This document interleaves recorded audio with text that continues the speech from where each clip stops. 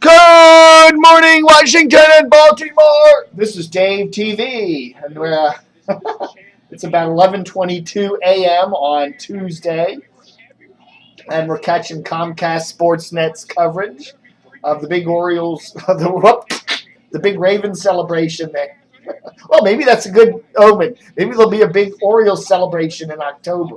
But anyhow, this is a big Ravens celebration there in Baltimore.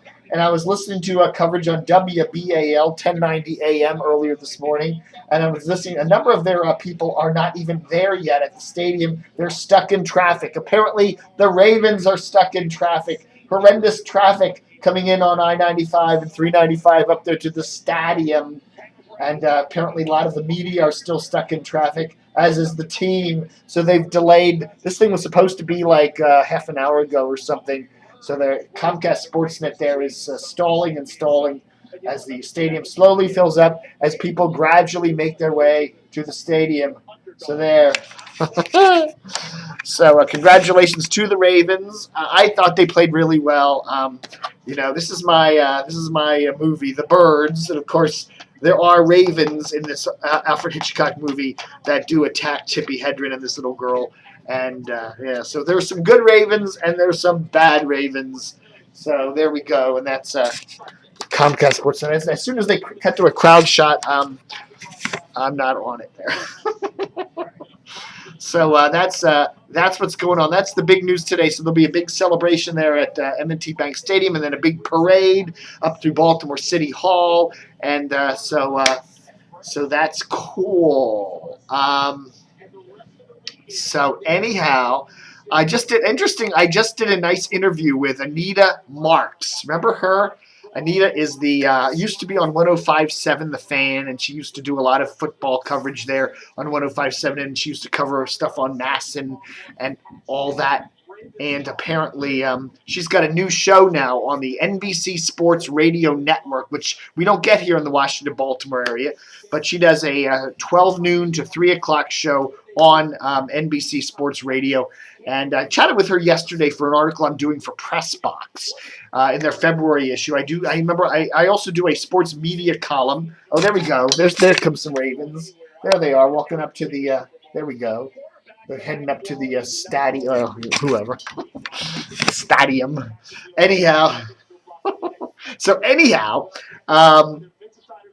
I talked to Anita the other day. A very nice person. I really liked her a lot. And she gave me some quotes and stuff about why she left Baltimore. She wanted to stay in Baltimore. She really did. She liked to work at 105.7. She liked what she was doing there on Masson. But CBS Radio apparently just didn't want to, they were really, she used the term lowballed. That she really, they really didn't, want to keep her on. They gave her a very lowball contract. They wouldn't let her do any outside work like an NFL Network and ESPN. So she said, hey, I don't have a choice. In fact, she even tells me that she wanted to do a short-term contract so they could continue talking because she wanted to stay in Baltimore. But apparently that didn't happen. So in 2010, she left and went back down to Miami, where she's from. She did some fill-in work there on the Sports Talker down there and soon landed a job up in New York City covering the Giants, actually working for the Giants, doing their broadcasts on WFAN, which is the CBS Sports Talker in New York, and also doing some sports fantasy football stuff with Bloomberg and with Sirius XM and stuff like that. So she's been keeping really busy. But now she's back on the radio, at least out there on the internet. If you want to go, I think it's NBCSportsRadio.com. Tune in. You can download an app for your smartphone, and you can listen to her on Saturdays, 12 to 3. Really cool person. So check that out. Later this month, in a couple weeks, I'll have linked to that article that I did for Pressbox on Anita Marks there. Controversial. She had a lot of people on the radio in Baltimore that loved her and a lot of people that hated her. And she said she learned a lot from that experience in Baltimore. And the one thing she did learn about Baltimore, she says, was that it was a sports town that really, really, really loves its teams. Die-hard, lifelong fans, and you don't find that in some markets. A lot of people complain Washington tends to be, there's a lot of people moving in and out of Washington. It's a very transient market, and so you don't have that really depth of sport. You don't have those lifelong fans like you have in places like Baltimore and Philly and New York. So interesting little thing there. So check that out. I will link to it on DCR TV when it gets published in Press Box. Go Press Box. I like Stan Charles, Stan the Fan. Don't call him Stan the Man. He's Stan the Fan Charles.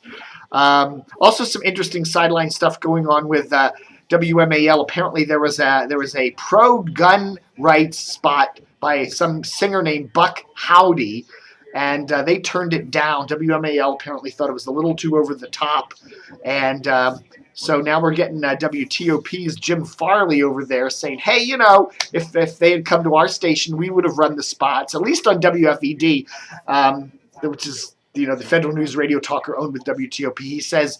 Farley says that the Buck Howdy dude hasn't requested the ad for WTOP, but he says if they did, they would run it. They believe freedom of speech, which is interesting because Hubbard,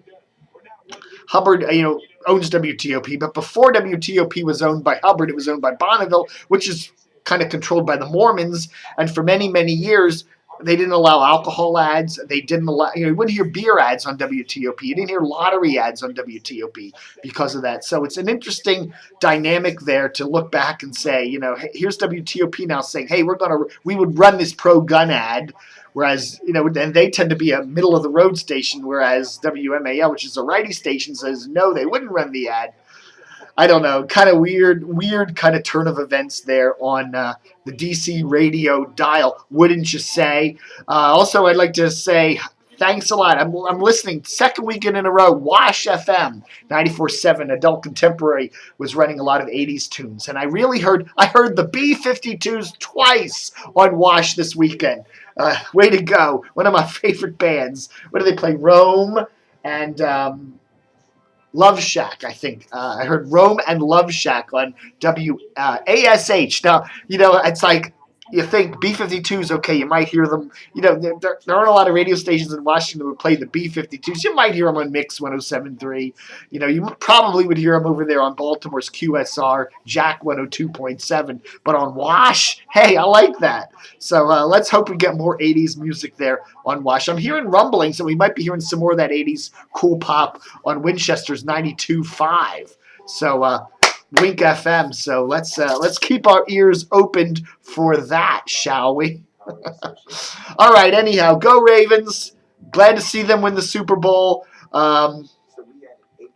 If the Redskins can't win, hey, the Ravens should be. I'm glad. I thought they really played well. They just showed poise in every game. That Denver game, the New England game. They really. I said personally, this team's gonna go the whole way, and golly Jehoshaphat's, they did. All right, thanks for watching Dave TV for the 5th of February 2013. Live long and prosper.